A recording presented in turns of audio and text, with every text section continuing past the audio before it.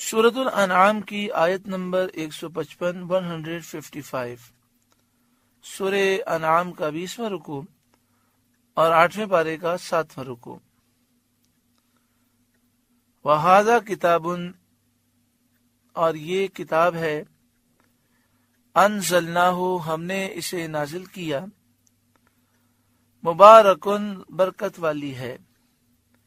وَهَذَا کتاب انزلناہ مبارکن، یہ برکت والی کتاب ہم نے اتاری۔ یعنی قرآن مجید فرقان حمید، جس میں کثیر خیر ہے، کثیر نفع ہے، کثیر برکت ہے۔ اس کو چھونے میں بھی خیر ہے، اسے دیکھنے میں بھی برکت ہے، اس کے پڑھنے میں بھی برکت ہے، اس پر عمل کرنے میں نور ہی نور ہے، اور اس کی دعوت دینے میں دنیا اور آخرت کی کامیابی ہے۔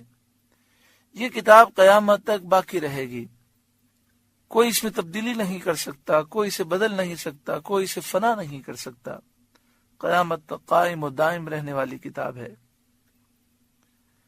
وَهَذَا کتاب انزلناہ مبارک، یہ برکت والی کتاب ہم نے اتاری۔ فَاتَّبِعُوهُ، تو تم اس کی پیروی کرو، قرآن پڑھو، سمجھو، عمل کرو۔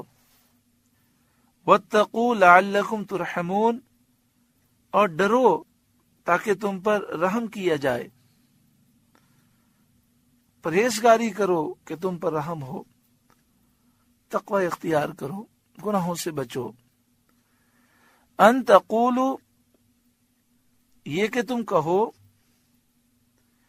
انما انزل الکتاب، کتاب تو نازل کی گئی صرف علی طائفتین، دو گروہوں پر، من قبلنا، ہم سے پہلے۔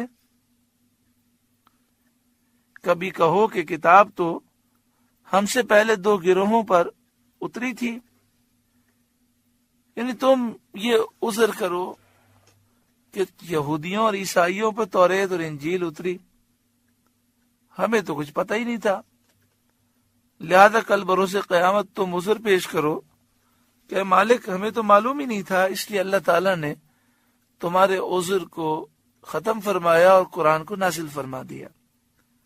ان تقولوا انما انزل الکتاب علی طائفتین من قبلنا، کبھی کہو کہ کتاب تو ہم سے پہلے دو گروہوں پر اتری تھی، وَإِن كُنَّا، اور بے شک ہم تھے، عن دراستہم، ان کے پڑھنے پڑھانے سے، لغافلین، ضرور غافل تھے، اور ہمیں ان کے پڑھنے پڑھانے کی کچھ خبر نہ تھی، کیونکہ وہ ہماری زبان ہی میں نہ تھی۔ یہ دونوں کتابیں توریت انجیل عربی میں نازل نہیں ہوئی، نہ ہمیں کسی نے اس کے معنی بتلائے۔ اللہ تعالیٰ نے قرآن کریم نازل فرما کر عرب کے لوگوں کے اس عذر کو ختم فرما دیا۔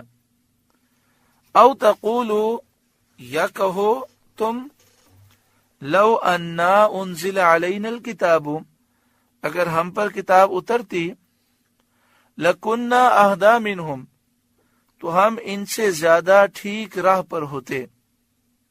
کفار کی ایک جماعت نے کہا تھا کہ یہودیوں اور عیسائیوں پر کتابیں نازل ہوئیں، مگر وہ بد عقلی میں گرفتار رہے، وہ بے وقوف لوگ ہیں، ان کتابوں سے انہوں نے فائدہ نہیں اٹھایا، ان کتابوں پر عمل نہیں کیا۔ کفار نے کہا کہ ہم ان کی طرح خفیف العقل اور نادان نہیں ہیں، بے وقوف نہیں ہیں، ہماری عقلیں صحیح ہیں، ہماری عقل، ذہانت، فہم و فراست ایسی ہے کہ اگر ہم پر کتاب اترتی تو ہم سیدھی راہ پر ہوتے۔ اللہ تعالیٰ نے قرآن پاک نازل فرما کر ان کا یہ عذر بھی دور فرما دیا۔ فَقَدْ جَاءَكُمْ بَيِّنَةٌ مِّن رَبِّكُمْ، تو تمہارے پاس تمہارے رب کی روشن دلیل آ گئی، وَهُدًى وَرَحْمَةٌ، اور ہدایت اور رحمت آئی۔ یعنی یہ قرآن پاک جس میں حجت واضح صاف بیان ہدایت اور رحمت ہے، وہ کتاب آ گئی، اب بھی اگر تم اس پر عمل نہیں کرو گے تو کل بروز قیامت کیا عذر پیش کرو گے؟ فمن اظلم ممن کذب بآیات اللہ، تو اس سے زیادہ ظالم کون جو اللہ کی آیتوں کو جھٹلائے، وصدف عنہا، اور ان سے منہ پھیرے۔ سنجزی الذین یصدفون عن آیاتنا، ان قریب وہ جو ہماری آیتوں سے منہ پھیرتے ہیں ہم انہیں سزا دیں گے، سوء العذاب، برے عذاب کی سزا دیں گے، بما کانوا یصدفون، بدلہ ان کے منہ پھیرنے کا۔ هل ينظرون، کاہے کے انتظار میں ہیں، کس چیز کا وہ انتظار کر رہے ہیں؟ جب وحدانیت پر اور رسالت پر زبردست دلیلیں حجتیں قائم ہو چکی اور کفر اور گمراہی کے اعتقادات کا باطل ہونا ظاہر کر دیا گیا، تو یہ ایمان کیوں نہیں لاتے؟ ایمان لانے میں توقف کیوں ہے؟ کیا انتظار باقی ہے؟ الا ان تأتیہم الملائکہ، مگر یہ کہ آئیں ان کے پاس فرشتے آئیں ان کی روحیں نکالنے کے لیے، یعنی یہ انتظار کر رہے ہیں، اتنے دلائل کے بعد بھی ایمان نہیں لاتے۔ جب فرشتے دیکھیں گے پھر ایمان لائیں گے، جو فرشتے ان کی روح نکالنے کے لیے آئیں گے۔ او یأتی ربک، یا تمہارے رب کا عذاب آئے، اس کا انتظار کر رکھے ہیں، جب عذاب آئے گا تو یہ ایمان لائیں گے۔ او یأتی بعض آیات ربک، یا تمہارے رب کی ایک نشانی آئے تو یہ ایمان لائیں گے۔ جمہور مفسرین کے نزدیک اس نشانی سے سورج کا مغرب سے طلوع ہونا مراد ہے، یعنی او یأتی بعض آیات ربک، تمہارے رب کی ایک نشانی آئے سے مراد قیامت کی نشانیوں میں سے ایک نشانی آئے۔ اب سوال ہے کہ یہاں کون سی نشانی مراد ہے؟ تو جمہور مفسرین کا کہنا یہ ہے کہ یہاں وہ نشانی مراد ہے جب سورج مشرق سے طلوع نہیں ہوگا بلکہ وہ مغرب سے طلوع ہوگا۔ ترمذی کی حدیث میں بھی ایسا ہی وارد ہے، ایسا ہی آیا ہے۔ بخاری و مسلم کی حدیث میں ہے کہ قیامت قائم نہ ہوگی جب تک سورج مغرب سے طلوع نہ کرے، اور جب وہ مغرب سے طلوع کرے گا، مغرب سے نکلے گا اور اسے لوگ دیکھیں گے تو سب ایمان لائیں گے، لیکن ایمان قبول نہ ہوگا، یہ ایمان نفع نہ دے گا۔ یوم یأتی بعض آیات ربک لا ینفع نفسا ایمانها، جس دن تمہارے رب کی وہ نشانی آئے گی کسی جان کو ایمان لانا کام نہ دے گا، فائدہ نہ دے گا۔ لم تکن آمنت من قبل، جو پہلے ایمان نہ لائی تھی، جو جان پہلے ایمان نہ لائی تھی، سورج کو مغرب سے طلوع ہوتا ہوا دیکھ کر ایمان لائے گی تو اس کا ایمان اسے فائدہ نہ دے گا۔ او کسبت فی ایمانہا خیرا، یا اپنے ایمان میں کوئی بھلائی نہ کمائی تھی، یعنی گناہ کرتا رہا، اب توبہ نہ کی تھی، مسلمان تو تھا لیکن اپنے ایمان سے اس نے فائدہ نہیں اٹھایا تھا، اپنے ایمان میں کوئی بھلائی نہ کمائی تھی، گناہ کرتا رہا، نیکیوں سے خالی تھا، سورج کو مغرب سے طلوع ہوتے ہوئے دیکھا اور اسے توبہ کی تو وہ توبہ اس کی قبول نہ ہوگی۔ یہاں پر حضرت صدر الافاضل مولانا نعیم الدین مراد آبادی علیہ رحمہ لکھتے ہیں یعنی طاعت نہ کی تھی، یعنی عبادت نہ کی تھی، صرف مومن تھا، اب وہ توبہ کرے اور یہ عزم کرے کہ میں عبادت کروں گا تو اس کی توبہ قبول نہ ہوگی۔ معنی یہ ہے کہ نشانی آنے سے پہلے جو ایمان نہ لائے، نشانی کے بعد اس کا ایمان قبول نہیں، اسی طرح جو نشانی سے پہلے توبہ نہ کرے، نشانی کے بعد اس کی توبہ قبول نہیں۔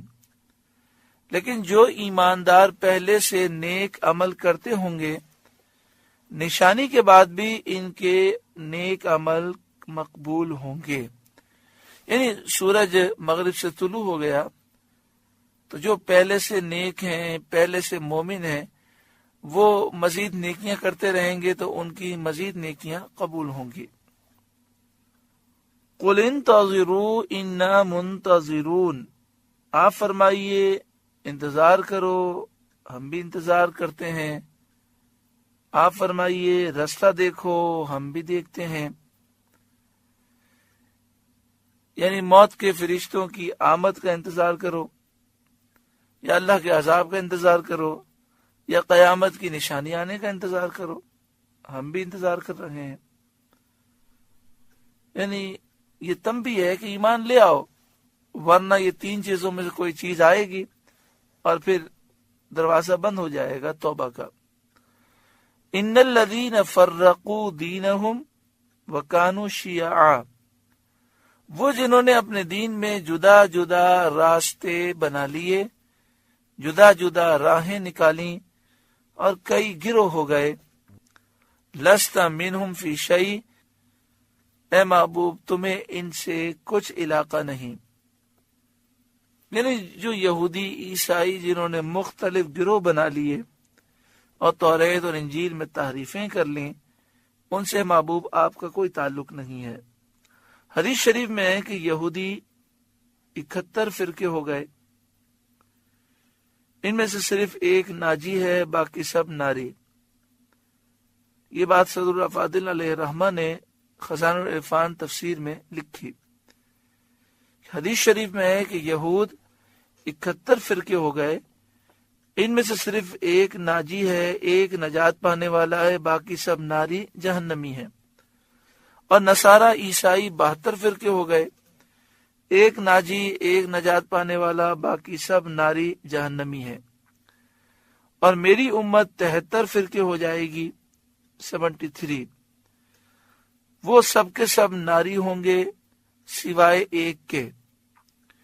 یعنی 72 فرقے جہنم میں جائیں گے، ایک فرقہ جنت میں جائے گا۔ جو سواد اعظم یعنی بڑی جماعت ہے، اور ایک روایت میں ہے کہ جو میری اور میرے اصحاب کی راہ پر ہے، میرے اور میرے اصحاب کے طریقے پر ہے۔ اس سے پتہ چلا کہ نبی اکرم صلی اللہ علیہ وآلہ وسلم کی امت کے 73 فرقے ہوں گے اور جنتی ایک فرقہ ہوگا۔ اور جو کہے کہ میں کسی فرقے سے میرا تعلق نہیں، تو اس کا مطلب یہ ہوا کہ وہ جو جنتی ایک فرقہ ہے اس سے بھی اس کا تعلق نہیں ہے۔ تو پھر اسے سوچنا چاہیے کہ میں کس جگہ کھڑا ہوں۔ اور جو یہ کہے کہ سبھی حق پر ہیں تو وہ بھی غلط کہتا ہے، کیونکہ پیارا آقا صلی اللہ علیہ وسلم نے فرمایا کہ 73 فرقے ہوں گے، 72 جہنم میں جائیں گے، ایک جنتی ہوگا۔ تو اس لیے یہ کہنا کہ سبھی صحیح ہیں، اور سبھی صحیح کیسے ہو سکتے ہیں؟ آپ دیکھیں جو نبی اکرم صلی اللہ علیہ وآلہ وسلم کی توہین بیعت بھی کرے وہ بھی صحیح ہو، اور جو حضور کی تعظیم اور تکریم کرے وہ بھی صحیح ہوگی، کیسے ہو سکتا ہے؟ جو صحابہ کرام کی عزت کرے وہ بھی صحیح، اور جو بیعت بھی کرے گستاخی کرے وہ بھی صحیح، جو اولیاء کی تعظیم کرے وہ بھی صحیح، اور جو اولیاء کی بیعت بھی کرے وہ بھی صحیح۔ یہ کیسے صحیح ہو سکتا ہے؟ اہل سنت و جماعت جسے سواد اعظم کہتے ہیں، جو نبی اکرم صلی اللہ علیہ وآلہ وسلم صحابہ کرام کے طریقے پر ہیں، ان کا شعار کیا ہے؟ رسول اللہ صلی اللہ علیہ وآلہ وسلم سے محبت، صحابہ سے محبت، اہل بیت سے محبت، اولیاء سے محبت، اور خوب درود و سلام پڑھنا، حضور کی شان و عظمت بیان کرنے کے لیے محفلیں منعقد کرنا، کھڑے ہو کر صلاۃ و سلام عقیدت سے پڑھنا۔ تو اہل سنت و جماعت کا جو شعار ہے وہ دین کی روح ہے کہ قرآن و حدیث سے محبت کرنا، اور اللہ اور اس کے رسول سے محبت کرنا، اور جو رسول اللہ کے پیارے ہیں ان سے محبت کرنا۔ اللہ کا شکر ہے مسلمان کہلانے والوں کی اکثریت اسی عقیدے پر ہے۔ اگر آپ اس معاملے کو دیکھنا چاہتے ہیں، انٹرنیٹ کی دنیا ہے، آپ انٹرنیٹ پر گوگل پر سرچ کر لیں میلاد ان ورلڈ، پوری دنیا میں میلاد کی محفلیں کہاں کہاں ہوتی ہیں آپ سرچ کریں تو مکہ شریف، مدینہ شریف، یمن، شام، مصر، عراق، کون سا ایسا ملک ہے جہاں میلاد کی محفلیں نہیں ہوتی؟ لاکھوں کے اجتماعات ہوتے ہیں، یمن میں لاکھوں افراد اسٹیڈیم میں جمع ہوتے ہیں اور کھڑے ہو کر یا نبی سلام علیک پڑھتے ہیں۔ پوری دنیا میں حضور پر کھڑے ہو کر صلاۃ السلام پڑھنا، محفل میلاد منعقد کرنا، یا رسول اللہ کے نعرے لگانا، یہ پوری دنیا میں رائج ہے اور لاکھوں کروڑوں مسلمان یہ کرتے ہیں۔ اور اسی کو حضور نے فرمایا کہ مسلمانوں کا جو سب سے بڑا گروہ ہو اسی کے ساتھ رہنا وہ حق پر ہوگا۔ اسی طرح صحابہ کرام علیہم رضوان کے طریقے کو حضور نے فرمایا یہ حق کی راہ ہے۔ تو صحابہ کرام علیہم رضوان کا طریقہ کیا تھا؟ حضور کے تبرکات سے محبت کرنا، منہ مبارک کی تعظیم کرنا۔ یہ منہ مبارک کی تعظیم کرنا کہاں پایا جاتا ہے؟ الحمدللہ اہل سنت و جماعت میں۔ اللہ تبارک و تعالی ہمیں اہل حق کے ساتھ رکھے اور انہی کے ساتھ جینا اور انہی کے ساتھ مرنا اور کل بروز قیامت اٹھنا نصیب فرمائے۔ آگے شاید فرمایا انما امرهم الی اللہ، ان کا معاملہ اللہ ہی کے حوالے ہے۔ ثم ینبئهم بما كانوا یفعلون، پھر وہ انہیں بتا دے گا جو کچھ وہ کرتے تھے، اور آخرت میں انہیں اپنے کردار کا انجام معلوم ہو جائے گا۔ من جاء بالحسنۃ فلہ عشر امثالها، جو ایک نیکی لائے تو اس کے لیے اس جیسی 10 ہیں، یعنی ایک نیکی کرنے والے کو 10 نیکیوں کی جزا۔ اور یہ بھی حد و نہایت کے طریقے میں نہیں، یعنی یہاں پر اختتام نہیں ہو جاتا، بلکہ اللہ تعالیٰ جس کے لیے جتنا چاہے اس کی نیکیوں کو بڑھائے۔ ایک نیکی کے 700 کرے یا 700 سے بھی زیادہ بے حساب عطا فرمائے۔ اصل یہ ہے کہ نیکیوں کا ثواب محض اللہ کا فضل ہے، یہ اللہ پر واجب نہیں ہے، یہ اللہ کا فضل ہے کہ وہ اپنے بندوں پر فضل فرمائے اور نیکیوں کا ثواب عطا فرمائے۔ یہی اہل سنت کا مذہب ہے۔ اور گناہ کی اتنی جزا یہ عدل ہے، ایک گناہ کریں تو 1 لکھا جاتا ہے، ایک نیکی کریں تو 10 لکھی جاتی ہیں، بس اوقات اس سے زائد لکھی جاتی ہیں۔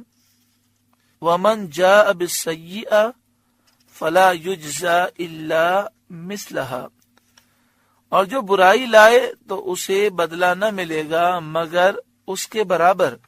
وَهُمْ لَا يُظْلَمُونَ، اور ان پر ظلم نہ ہوگا۔ قل، اے محبوب آپ فرمائیے، اننی ہدانی ربی الی صراط مستقیم، بے شک مجھے میرے رب نے سیدھی راہ دکھائی، یعنی دین اسلام جو اللہ کو مقبول ہے۔ دیناً قیما ملت ابراہیم حنیفا، ٹھیک دین ابراہیم کی ملت جو ہر باطل سے جدا تھے۔ وما کان من المشرکین، اور مشرک نہ تھے۔ اس میں کفار قریش، کفار مکہ کا رد ہے، جو گمان کرتے تھے کہ وہ دین ابراہیمی پر ہیں۔ کفار مکہ حج بھی کرتے تھے، عمرے بھی کرتے تھے، طواف بھی کرتے تھے، لیکن انہوں نے حج، عمرے اور طواف کو تجارتی میلے بنائے ہوئے تھے اور نقشہ بدل دیا تھا۔ عبادت کے سارے معاملات انہوں نے غلط کر دیے تھے۔ 360 بت نصب کیے تھے خانہ کعبہ میں، اور طواف میں ان کی پوجا کی نیت کرتے تھے۔ تمام کپڑے اتار کر، ننگے ہو کر مرد دن میں طواف کرتے، سیٹیاں اور تالیاں مارتے۔ یہی کام رات میں عورتیں کرتے۔ صفا مروہ پہ 2 بت رکھے ہوئے تھے، اصاف اور نائلہ۔ اور بعض مفسرین نے فرمایا وہ در حقیقت بت نہ تھے، بلکہ یہ مرد اور عورت، یہ 2 افراد تھے۔ ان دونوں نے حرم شریف میں برا کام کیا تھا، تو اللہ تعالیٰ نے غضب کیا، یہ پتھر بن گئے۔ تو لوگوں نے صفا پر اور مروہ پر ایک ایک کو رکھ دیا تاکہ لوگ جب صحیح کریں تو عبرت حاصل کریں ان سے، اور آئندہ کوئی اس مقدس مقام پر کوئی غلط کام نہ کرے۔ لیکن صدیاں گزر گئیں، لوگ بھول گئے اور وہ یہ سمجھے کہ یہ بت ہیں اور یہ خدا ہیں، تو صفا مروہ کے درمیان وہ صحیح کے دوران ان کی پوجا کی نیت سے صحیح کرتے تھے، ان کو ہاتھ لگاتے تھے خدا سمجھ کر۔ حج کے اندر انہوں نے مینا، عرفات، مزدلفہ میں صرف گویا کہ ایسا محسوس ہوتا تھا کہ یہ بزنس ٹور کر رہے ہیں۔ حج سے فارغ ہوتے تو خانہ کعبہ کے گرد جمع ہو جاتے اور اپنے اپنے قبیلوں کی بڑائیاں اور اپنے آبا و اجداد کے قصے سناتے۔ تو یہ مشرکین یہ دعویٰ کرتے تھے کہ ہم دین ابراہیمی پر ہیں۔ اللہ تعالیٰ نے فرمایا کہ حضرت ابراہیم علیہ السلام مشرک نہ تھے، بت پرست نہ تھے، تو بت پرستی کرنے والے مشرکین کا یہ دعویٰ کہ وہ ابراہیمی ملت پر ہیں وہ غلط ہے، باطل ہے۔ وما کان من المشرکین، اور ابراہیم مشرک نہ تھے۔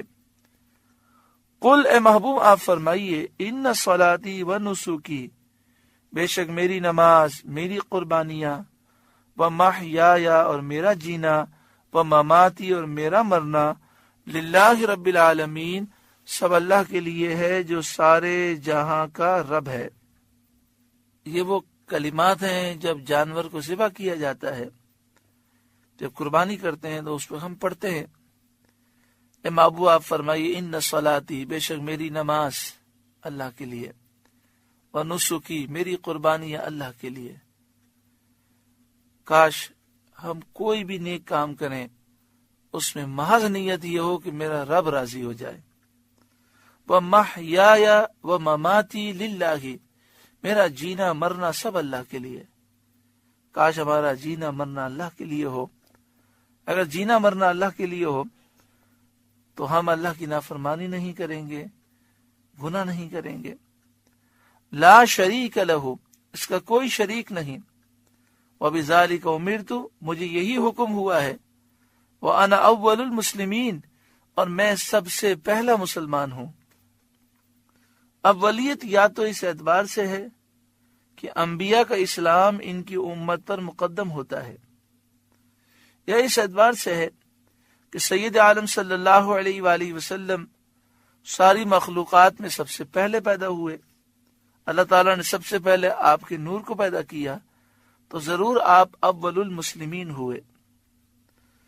قل، اے محبوب آپ فرمائیے، اغیر اللہ ابغی ربا، کیا اللہ کے سوا اور رب چاہوں؟ وہو رب کل شیء، حالانکہ وہ ہر چیز کا رب ہے۔ کفار نے نبی کریم صلی اللہ علیہ وآلہ وسلم سے کہا تھا کہ آپ ہمارے دین کی طرف لوٹ آئیے اور ہمارے معبودوں کی پوجا کیجیے۔ حضرت عبداللہ بن عباس رضی اللہ تعالی عنہما نے فرمایا کہ ولید بن مغیرہ کہتا تھا کہ میرا راستہ اختیار کریں، میرا دین قبول کر لیں، بتوں کی پوجا کریں، اس میں اگر کچھ گناہ ہے تو میری گردن پر ہے، آپ فکر نہ کریں، سارا گناہ میں لے لوں گا۔ اس پر یہ آیت کریمہ نازل ہوئی اور بتایا گیا کہ وہ راستہ باطل ہے۔ جو اللہ کی محبت دل میں رکھتا ہے وہ کس طرح یہ گوارا کر سکتا ہے کہ اللہ کے سوا کسی اور کو رب مانے؟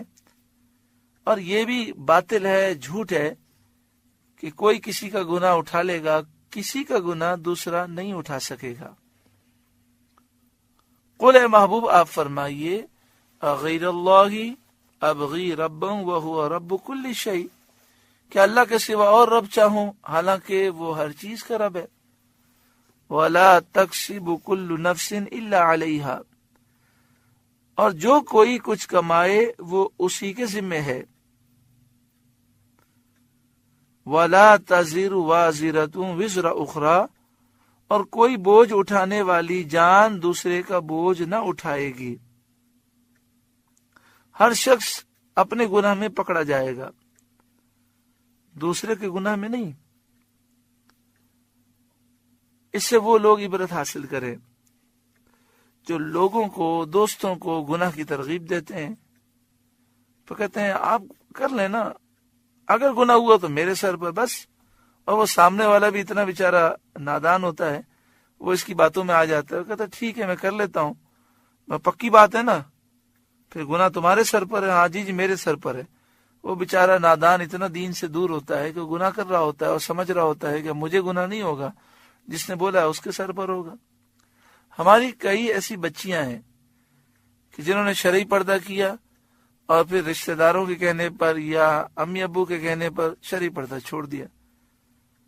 اور ان کی سوچ کیا ہے کہ ہمارے ابو نے کہا کہ اگر گناہ ہے تو میرے سر پر، تم شرعی پردہ مت کرو.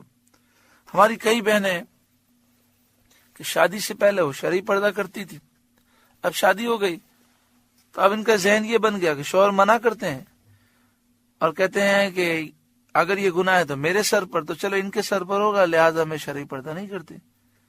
ایک عجیب سوچ ہے کہ ہماری بہنیں یہ کہہ دیتی ہیں ہمارے شوہر پردے سے منع کرتے ہیں، اب کیا کریں، شوہر کی بات ماننا بھی تو ضروری ہے. لا حول ولا قوت الا باللہ. شوہر اگر اللہ اور اس کے رسول کی نافرمانی کا حکم دے تو اس کی بات نہیں مانی جائے گی. ماں باپ اگر شریعت کے خلاف حکم دیں تو ماں باپ کا کہنا ماننا بھی حرام ہے. شریعت کا کہنا ماننا ضروری ہے.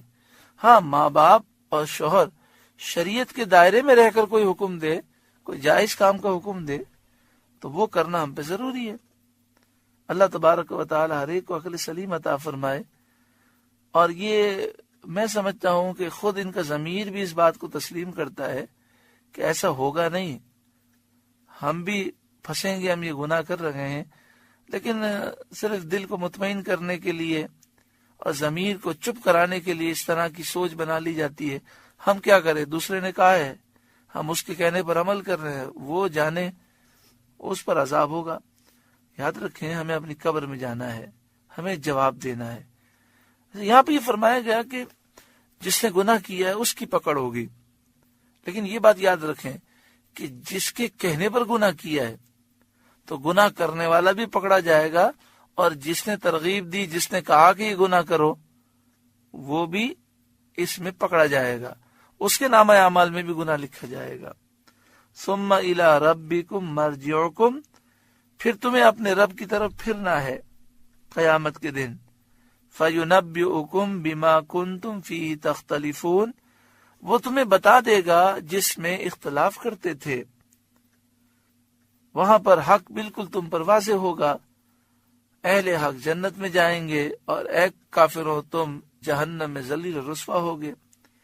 وَهُوَ الَّذِي جَعَلَكُمْ خَلَائِفَ الْأَرْضِ، اور وہی ہے جس نے زمین میں تمہیں نائب بنایا. چونکہ سید عالم صلی اللہ علیہ وآلہ وسلم آخری نبی ہیں، آپ کے بعد کوئی نبی نہیں، اور آپ کی امت آخری امت ہے، اس لیے ان کو زمین میں پچھلے لوگوں کا خلیفہ کیا. وہ زمین کے مالک ہوئے اور اس میں وہ تصرف کرتے ہیں. وَرَفَعَ بَعْدَكُمْ فَوْقَ بَعْدٍ دَرَجَاتٍ لِيَبْلُوَكُمْ، اور تم میں ایک کو دوسرے پر درجو بلندی دی کہ تمہیں آزمائے. وَرَفَعَ، بلند کیا، بعدکم، ایک کو، فوق بعد، دوسرے پر، درجات، کئی درجے بلندی دی. لیبلوکم، تاکہ تمہیں آزمائے، تمہارا امتحان لے. فیما آتاکم، اس چیز میں جو چیز اس نے تمہیں عطا کی. یعنی کسی کی شکل خوبصورت ہے، شکل و صورت میں، کسی کو فقیت ہے، کسی کو حسن و جمال میں، کسی کو روزی میں، روزی اور مال میں، کسی کو علم میں، کسی کو عقل میں، کسی کو قوت میں، کمال میں. یہ سب آزمائش کے لیے ہیں تاکہ ہمارا امتحان ہو کہ تم نعمت، مقام، مرتبہ، مال پا کر کیسے شکر گزار رہتے ہو اور آپس میں ایک دوسرے کے ساتھ کس قسم کا سلوک کرتے ہو. ان ربک سریع العقاب، بے شک تمہارے رب کو عذاب کرتے دیر نہیں لگتی. وَإِنَّهُ لَغَفُورٌ الرحیم، اور بے شک وہ ضرور بخشنے والا مہربان ہے. سورہ انعام مکمل ہوئی۔ اللہ تبارک و تعالی اس سورہ مبارکہ کی تمام نصیحتوں پر ہمیں عمل کرنے کی توفیق عطا فرمائے اور ہمارے قلوب کو نور قرآن پاک سے روشن منور فرمائے۔ اللہ